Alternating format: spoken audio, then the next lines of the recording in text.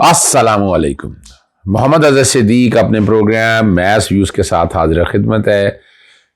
चीज़ें जो मैं आपको कह रहा हूँ बड़ी तेज़ी से आगे बढ़ रही हैं और किसी मंतकी अंजाम की तरफ मैं चीज़ों को अब देख रहा हूँ। और आज लाहौर हाई कोर्ट में जो इमरान खान साहब और बुशरा बीबी साहिबा आई और जो अपना इंटरम प्रोटेक्टिव बेलें जो करवाई हैं उसके हवाले से तफसीलात मैं आप तक बताऊँगा। और आपको पता आम का किस्सा जो छिड़ गया, आम का जो किस्सा छिड़ गया, वो आम का क्या मसला है उस पर गुफ्तगू होगी। इमरान रियाज के बारे में जो बातें हैं, कुछ सुप्रीम कोर्ट में भी सहाफ़ियों का जिक्र हुआ तो मुझे याद आ गया अता तारर के साथ क्या प्रोग्राम हुआ था उसमें, और सुप्रीम कोर्ट में जो हेयरिंग चल रही है उस पर गुफ्तगू करेंगे। आपको सबसे पहले मैं ले चलता हूँ शहबाज शरीफ के वो कि अच्छी क्वालिटी के आम भेजूंगा मैं, वो वीडियो जरा सुन लीजिए। I will send you a parcel with highest quality. Thank you. Rose, the longest rose. Yes. No, we that's what we consume the most. या जरा मजाक में नहीं, मैं सिर्फ सीरियसनेस बताता हूँ कि इस मुल्क का वजीर आजम जो है ये आमों से ही नहीं निकल रहा। वो ये कमरे में बैठकर बातें कर लो, तुम्हारी रिकॉर्डिंग हो रही है, तुम हजार दफा सोचो कि क्या बात कर रहे हो। पता चलना चाहिए कि तुम कोई मुल्क के लिए बात करो, तुम तो आमों में लगे हो। यानी यहां से सीरियसनेस का अंदाजा हो जाता है। और हालत ये है कि पाकिस्तान की जो फॉरेन डिप्लोमेसी है वो जमीन बोस हो चुकी है। और क्या मैं कहूं, और मैं क्या कहूं। और वो वहां उसकी वजह क्या है कि अगर आप जरा गौर से देखें तो आपको समझ आ जाएगी। इंडिया या इसराइल जब इमरान खान ने बतौर वजीर आज़म थे तो किसी की इस तरह की जरूरत नहीं होती थी कि बातें कर सकें। नरेंद्र मोदी के साथ और प्रेसिडेंट जो बाइडेन ने इकट्ठे कहा कि जी और all UN listed terrorist group में Al Qaeda, ISI, Lashkar Taiba, Jaish Mohammed, Hizbul Mujahideen, cross border terrorism की बात, यानी पाकिस्तान को ये इंक्लूड ही, और वो साथ साथ 26/11 का, मुंबई का, पठानकोट का भी जिक्र वो किया गया। अब ये क्या हम इस लायक रह गए हैं, हमें हमारे पास यही कुछ रह गया कि हमें ये कुत्ते बिल्लों के हवाले से सुनते रहे बातें कि ये क्या हो रहा है। चले वहां तक बहरहाल मैं आप तक ले चलता हूं बात को। आगे प्रोग्राम के आखिरी हिस्से में मैं इमरान रियाज के हवाले से जो अता तारर ने जो बात की थी मैं दोबारा दोहराऊंगा, और आगे अब क्या हुआ वो सुप्रीम कोर्ट के हवाले से भी बताया जाएगा। जहाँ चौधरी परवेज इलाही को जेल में सहूलतें ना फराहम ना करने के हवाले से वो दोबारा जवाब तलब कर लिया है और सेल में कुर्सी मुशक्कती फराहम कर दिया गया है, सहूलियात फराहम नहीं की गई, ये वो उन्होंने कहा जी फराहम कर दी है। इस अदालत दहशतगर्दी की अदालत में अब जो है ना उमर सरफराज चीमा की बेगम साहिबा जो है राबिया सुल्तान को पेश कर दिया गया और उनको भेज दिया गया जेल में शनाख्त परेड के लिए जी। इसी तरह साबिक प्रिंसिपल सेक्रेटरी मोहम्मद खान भट्टी की जेल में सहूलियात का तो उन्होंने कहा कि दरख्वास्त पर फैसला ना किया 34 घंटों में तो एडिशनल चीफ सेक्रेटरी ज़ाती तौर पर जो है वो अदालत में पेश हो। इस पर उन्होंने कहा जी टाइम दिया जाए, हर टाइम उन्हें मिल गया है, ठीक है जी। और मुनसराई के सेक्रेटरी के हवाले से भी केस की समाअत हुई, मैं उस पर ज़्यादा बात नहीं करना चाहता। अब मैं आपको लेके आता हूँ तो बड़ी अहम हेरी रही है सुप्रीम कोर्ट के सामने, इसमें जो कि जिक्र सहाफ़ियों के हवाले से भी आया और ये जो बताया ही गलत गया है। लाहौर हाई कोर्ट में रिपोर्टें दाखिल की हैं कि जहाँ पर जो सहाफ़ी हैं उन सहाफ़ियों के हवाले से डाटा अवेलेबल है कि क्या क्या कहा गया, किस सहाफ़ी के बारे में क्या डिटेल दी गई हैं, वो सारी मैं आप, चूँकि काफ़ी लेंथी हेयरिंग है, काफ़ी लंबी हेयरिंग रही, कोशिश करूँगा मैं उसको समेट लूँ। वो लिस्ट भी जो दाखिल की है वो भी आप देख सकते हैं। 7 रुकनी बेंच है और justice Ijazul Ahsan chief justice Ijazul Ahsan, justice Mansoor Ali Shah, justice Munib Akhtar, justice Yahya Afridi, justice Mazahar Akbar Naqvi और जस्टिस आयशा मलिक है। और रिपोर्ट उन्होंने दाखिल कर दी है। फिर फैसल सिद्दीकी ने जो आज जो बातें कही हैं कि वहाँ उन्होंने कहा कि मैं इस पर दलाइल नहीं दूंगा कि सिविलियन ट्रायल जो है ऑफिशियल सीक्रेट एक्ट के तहत मिलिट्री कोर्ट्स में नहीं हो सकता। ये भी नहीं कहता कि मिलिट्री कोर्ट्स के जरिए ट्रायल सिरे से गैर कानूनी है। ये भी नहीं कहता कि 9 मई को क्या कुछ नहीं हुआ। सिविलियन के ट्रायल की माजी में मिसालें मौजूद है। फौजी अदालतों में फौजदारी ज़ाब्ता के तहत कार्रवाई नहीं हो सकती, उसको चैलेंज नहीं किया। मैंने किसी मुलज़म की बरियत को चैलेंज नहीं किया। फ़ौज के हवाले मुलजमान को कर्म करने के अमल में मखसूस अफराद को चुना गया। अमरीकी एक्ट जो है कानून को बदनीति के तहत, आर्मी एक्ट को है कानून का बदनीति की बुनियाद पर इस्तेमाल किया। अदालत में कहा गया कि 15 लोगों को हवाले कर दिया गया। जिन अफराद का अदालत में ट्रायल होगा उनको अपील का हक मिलेगा, जिनका ट्रायल मिलिट्री कोर्ट्स में होगा उन्हें अपील का हक नहीं मिलेगा। और यहाँ जो बात है, मेरा मुद्दा तमाम मुलज़ों में से चंद के साथ अलग सलूक है। वो जो बता रहे हैं एक FIR में 7 मुलजमान है तो 15 मिलिट्री कोर्ट को दिए जाएंगे। FIR में जो इल्ज़ामात है उन पर 3 अलग तरह के ट्रायल हो सकते हैं, और फेयर ट्रायल के हवाले से जो बातें हैं वो सारी कही गई हैं। एक इल्ज़ाम पर ट्रायल के बाद कुछ लोगों के पास अपील करो, कुछ के पास ये डिस्क्रिमिनेशन का एलिमेंट आर्टिकल 25 के हवाले से सुप्रीम कोर्ट के 5 फैसले मौजूद है जो आर्मी ट्रायल से मुतल्लिक है। 1998 में मिलिट्री कोर्ट के खिलाफ फैसला आया। मिलिट्री कोर्ट्स के खिलाफ फैसले में आर्मी एक्ट को ज़ेर बहस नहीं लाया गया। दूसरे केसेस में आर्मी एक्ट से मुतल्लिक क्या प्रिंसिपल सेट किया है। जस्टिस आयशा मलिक के रिमार्क्स थे, बहुत कम ऐसा हुआ कि सिविल कोर्ट्स को बाईपास किया गया। किन वजूहत पर सिविलियन का ट्रायल आर्मी एक्ट के तहत किया जाता है। जस्टिस आयशा मलिक साहब के रिमार्क्स थे। फैसल सदी की जान लियाकत हुसैन केस में पहले बता चुका हूँ, सईद जमान और डिस्ट्रिक्ट बार एसोसिएशन के केसेस का जिक्र किया। कौन से ऐसे मखसूस हालात है जिनमें मिलिट्री कोर्ट्स में ट्रायल हो सकता है। जस्टिस साहब अदालती फैसले ये कहते हैं कि वाज़ेह तफरीक होनी चाहिए। हम ये नहीं कहते कि लोगों का सख्त ट्रायल ना हो। इस्तासी दहशतगर्दी से ज़्यादा सख्त ट्रायल कहाँ हो सकता है। जो आप क्राइम रिपोर्ट दिखा रहे हैं उसमें तो ऑफिशियल सीक्रेट एक्ट की दफ़ात ही नहीं लगी हैं। ये जस्टिस मज़ार अली अकबर साहब ने रिमार्क्स दिए। 9 मई के वाक़यात के मुकदमे में ऑफिशियल सीक्रेट एक्ट और आर्मी एक्ट से मुतालिक दफ़ात कब शामिल की गई। ये जस्टिस मज़ार अली अकबर के रिमार्क्स थे, बड़े क्लियर थे। आपके दलाइल की बुनियाद पर ये कह रहे हैं किसी के पास इख्तियार है वो सिविलियन का फौजी अदालत में ट्रायल करे। नेशनल सिक्योरिटी के बायस कहा गया कि ये ट्रायल मिलिट्री कोर्ट्स में हुआ। Justice Syed Mansoor Ali Shah state security की हदूद में जाएंगे तो फिर ट्रायल फौजी अदालतों में होने का जिक्र है। जैसे Syed Mansoor Ali Shah official secret act को कब शामिल किया गया। जैसे सईद मज़ार अली अकबर नकवी के रिमार्क से पंजाब हुकूमत ने 9 मई के वाक़यात में, अब यहाँ मैं एक चाहूँगा वो रिपोर्ट जो कि जिक्र है वो और ये बड़ी अहम रिपोर्ट है अपने ना जी 9 मई के वाक़या डाटा सुप्रीम कोर्ट में जो उन्होंने जमा कराया ना जी, उसमें नाबालिग बच्चों सहाफ़ी और वोकला का डाटा शामिल नहीं है। 9 मई के वाक़यात में ख़वातीन का डाटा भी जमा करवाया गया। 81 ख़वातीन को ज़ेर हिरासत में है।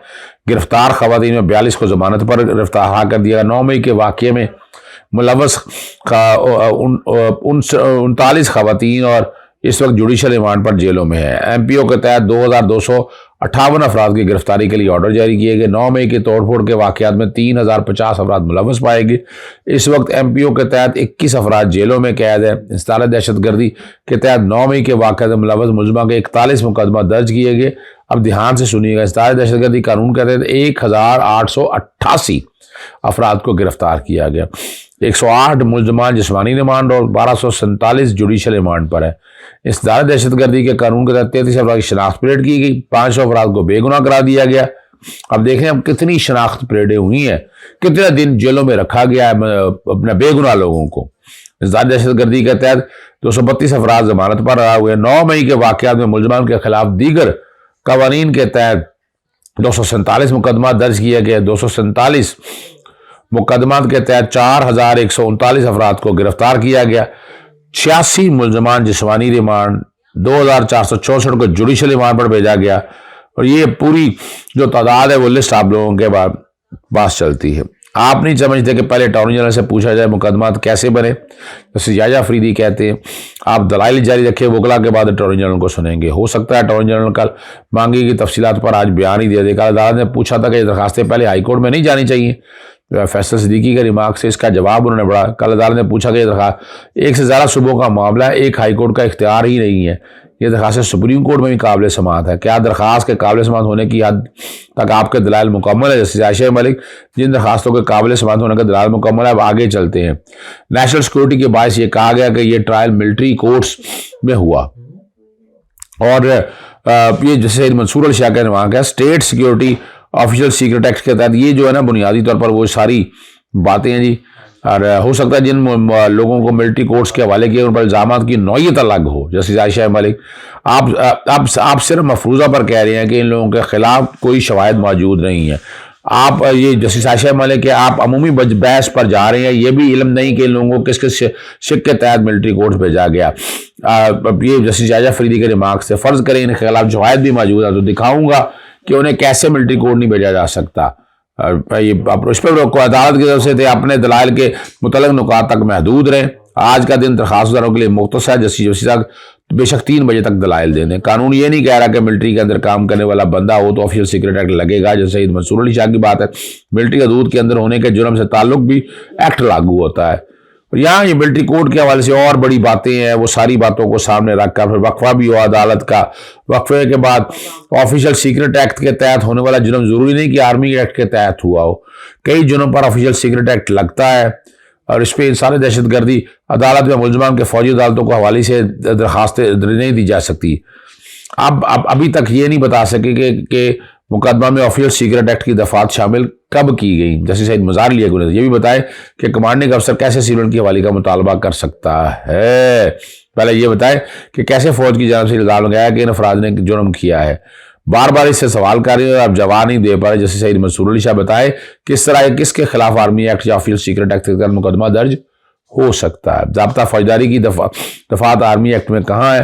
जायजा फरीदी, यानी ये बहुत सी चीज़ें हैं जो अदालत ने ये सारी वहाँ बैठ कर उठाई हैं। ऑफिशियल सीक्रेट एक्ट का सेक्शन 13 के वाले से पढ़ने की बात हुई। वहाँ बात हुई कि कौन सा फोरम है और इस सारी दहशतगर्दी में मामला जा रहा है। फौज को जब कोई शख्सियत मतलूब हो तो किस तरीके के तहत हवालगी का मुतालबा करती है। जैसे शहीद मंसूर अली शाह आर्मी एक्ट में शिकायत या FIR का कोई तरीकाकार नहीं। एक कमांडिंग अफसर जब मजिस्ट्रेट के पास जाते हैं तो किस बुनियाद पर बंदा मांगता है। क्रिमिनल प्रोसीजर के सेक्शन 549, ये बहुत सी चीज़ें हैं। सिविल सोसाइटी के वकील ने अपने तौर पर 9 और 10 मई के वाक़यात के हवाले से वो बहुत ही डिटेल में डिस्कस करने के बाद तारीख में जो बातें जा रही हैं ना जी, मैं ये कह रहा हूँ कि चार्ज करने से पहले सख्त इंक्वायरी होनी चाहिए। इंक्वायरी कोई नहीं इसमें हुई, जो मैं बात पहले भी करता है। 9 मई के मुलजमान से हम सख्त तारीख में कभी 1998 के अलावा सिविल हुकूमत ने सिविलियन का मिलिट्री ट्रायल नहीं किया। 9 मई के मुलजमान से मुतालिक दूसरी अदालतों में ट्रायल का कानूनी ऑप्शन मौजूद है। ये सारी बातें आर्मी एक्ट पर ट्रायल कैसे शुरू होता है, इसका जवाब आर्मी रूल्स 1954 में दिया गया। रूल 154 की सब सेक्शन 13 में तरीकाकार है और यहाँ वो पूरी सारी चीज़ों को सामने रखते हुए फिर जैसे जवाद ख्वाजा के वकील जो हैं वो पेश हुए और उन्होंने कहा सवाल ये है कि सिविलियन जिनका ताल्लुक फौज से उनका मिलिट्री कोर्ट में ट्रायल हो सकता है, और वाज़े कह दिया कि नहीं हो सकता, कोई कार्रवाई नहीं हो सकती। और आर्मी एक्ट का मकसद है आर्म फोर्स के डिसिप्लिन में रखा जाए।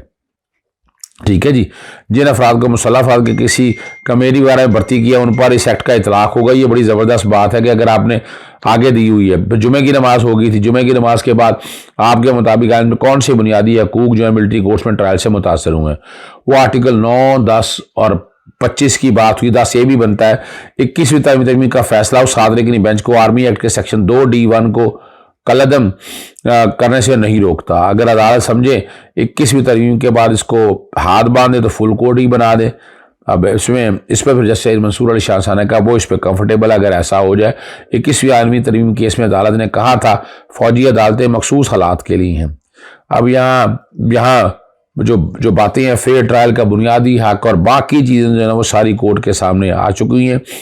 अब अटॉर्नी जनरल जो है फिर यही कहा कि सीनियर कमांडर सुनता है, यानी बुनियादी तौर पर जो कहा गया ना कि सिविलियन का आर्मी के ट्रायल के एक्ट के तहत हो सकता है। मिलिट्री पर्सनल के अलावा सिविलियन का हकूक को तहफ़्फ़ुज़ दिया गया। सिविलियन में तो हर शख्स आता है, क्या ट्रायल सिर्फ मखसूस हो सकता है?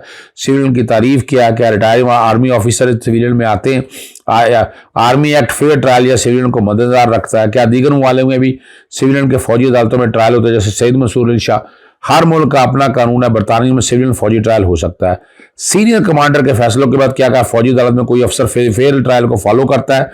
अपने मुकदमे को आप खुद जज नहीं बन सकते। 1975 के कवानीन का हवाला दिया और यहाँ कोर्ट मार्शल अपना आईनी या गैर आईनी फौजी अदालतें सिर्फ उस वक्त काम कर सकती जब अदालतें काम ना कर रही हूँ। हुकूमत को आम अदालतों पर यकीन क्यों नहीं और सूरत हाल यह है कि सिविल लोगों की बड़ी तादाद कोर्ट मार्शल होने जा रही है। आर्टिकल 199(3) के तहत हाई कोर्ट के फौजी अदालतों के खिलाफ इख्तियारात महदूद है। FB अली केस का फैसला 1962 के आइन में था। यहाँ बहुत सी बातें, बड़ी लंबी डिटेलें बातें हुई, मैं उनमें नहीं जाना चाहता। उन्होंने मुल्क की सलामत के बराह रास्त आर्मी के तहत आते हैं। मिलिट्री ट्रायल के नतीजे में कई शहरियों को कोर्ट मार्शल का सामना करना पड़ेगा। क्या तरीकाकार होगा जिसके तहत मुकदमा मिलिट्री कोर्ट को भेजे जाए? अटॉर्नी जनरल ने का चार्ज नहीं लगा, उन्होंने इस्लामाबाद का बताया, लेकिन असल बातें जो सारी कहानी नहीं, वो फिर अदालत ने कहा कि टोटल डाटा जो है निगरान हुकूमतों के हवाले से वो भी लेके आए, जो उन्होंने तफसीलात पेश की है। पहली दफ़ा ये सारी तफसीलात जो है ना वो सामने आ रही हैं। छोटी सी बात जो है ना वो बड़ी ज़रूरी थी कि वो आप तक आ जाती, ताकि आपको अंदाज़ा हो जाता कि ताज़ा तरीन हालात और वाक़यात क्या हैं। वो मैंने शुरू में तो आपके सामने सारी बातें कर दी हुई हैं, सिर्फ एक चीज़ रह गई थी, वो मैं चाहता हूँ कि मैं ख़त्म करने से पहले मैं आपको वो बताता चलूँ। यानी इस पे खोसा ने जो वहाँ तकरीर की है पार्लियामान में, ज़रा सुन लीजिएगा, फ़ैसला आपने खुद करना है इस बात का।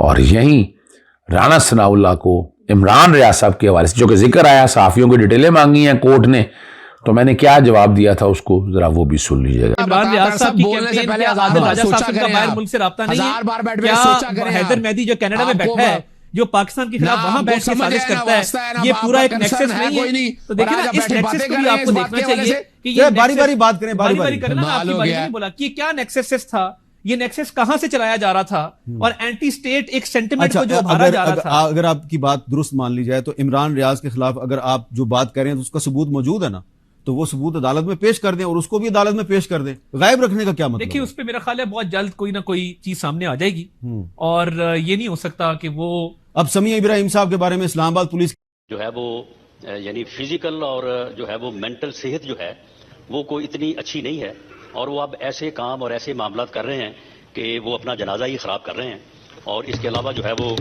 कुछ नहीं कर पा रहे। वो दोनों साहबान जो हैं वो इमरान फितने को जो है वो मिले हैं लाहौर में। ये मुसद्दका तौर पे ये खबर है कि इस पिटीशन को दायर करने से पहले ये दोनों सीनियर वकला साहबान इमरान फितने को जमान पाक लाहौर में जो है ये मिले हैं, और उसके बाद ये चीफ जस्टिस ऑफ पाकिस्तान को मिले हैं, और उसके बाद जो है ये जो है वो पेशरफ्त हुई है। ये बात कैसे साबित होती है? ये बात ऐसे साबित होती है कि जब कल काजी फैज ईसा साहब ने बेंच में बैठने से इनकार किया, उसके बाद दोनों वकला साहबान ने उनकी मिन्नतें करनी शुरू कर दी कि नहीं जी नहीं, आप बैठें, आप जरूर बैठें, आपकी इसमें जो है वो राय आनी चाहिए। तो उन्होंने कहा कि नहीं, ये मामला जो है ये इन एतराजात की बुनियाद के ऊपर मैं नहीं सुनना चाहता। तो एकदम उनके मुंह से निकला कि चीफ जस्टिस साहब, हमने तो आपको पहले ही कहा था कि फुल बेंच बना दें। वो भाई पिटीशन आपकी जो है वो आज उसकी समाअत हो रही है, वीडियो मौजूद है। यानी पिटीशन आपने दायर की है, पिटीशन की समाअत आज हो रही है। आपने कब कहा था इनको? आज जब सुबह से आप पेश हुए हैं तो उस वक्त से तो कोई बात नहीं हुई। आपने कब कहा था? उस मुलाकात में कहा था। उस मुलाकात में मुबैना तौर पे ये बात डिस्कस हुई कि जी कौन सा बेंच बनाया जाए, और उस मुलाकात में ये भी डिस्कस हुआ कि काजी फैज ईसा साहब का, क्योंकि मिलिट्री कोर्ट्स के बारे में एक उनकी राय पाई जाती है, लिहाजा उनको भी शामिल कर लिया जाए, वरना पिछले 1 साल में उन्हें किसी बेंच में जो है वो शामिल नहीं किया गया। चीफ जस्टिस साहब ने कभी ये मुनासिब नहीं समझा कि उन्हें वो अपने साथ बैठने की इजाजत भी दे। इजाजत चाहता हूँ। अस्सलाम वालेकुम, अल्लाह हाफिज। पाकिस्तान जिंदाबाद।